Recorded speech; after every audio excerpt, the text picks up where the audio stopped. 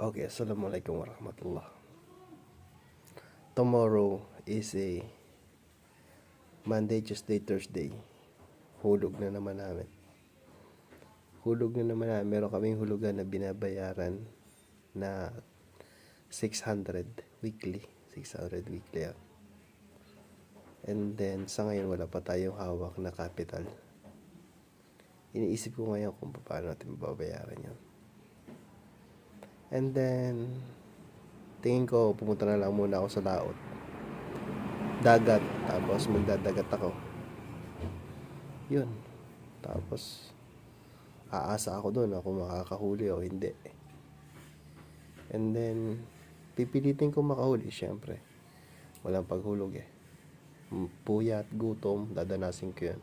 Update ko kayo mamaya, mangyayari yan. Enjoy lang tayo.